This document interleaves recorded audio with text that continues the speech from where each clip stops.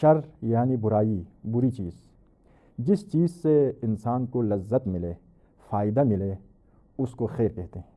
جس چیز سے انسان کو نقصان ہو، تکلیف ہو، اس کو شر کہتے ہیں۔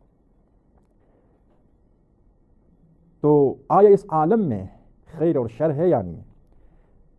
اگر خیر اور شر اس عالم میں ہے تو ایک سوال پیدا ہوتا ہے۔ اللہ تعالیٰ اس عالم کا خالق اور مالک ہے، اس نے خیر کو تو خلق کیا، کیونکہ خدا کا مقصد انسانوں کو خیر پہنچانا ہے، فائدہ دینا ہے، نیکی دینا ہے۔ لیکن شر کو خدا نے کیوں خلق فرمایا؟ خدا تو خیر خواہ ہے، بدخواہ نہیں ہے۔ خیر وہی خوبی، شر وہی بدی، خدا خیر خواہ ہے، بدخواہ نہیں ہے۔ تو پھر خدا نے کیوں بدی کو، برائی کو، شر کو خلق فرمایا؟ یہ ایک سوال پیدا ہوتا ہے۔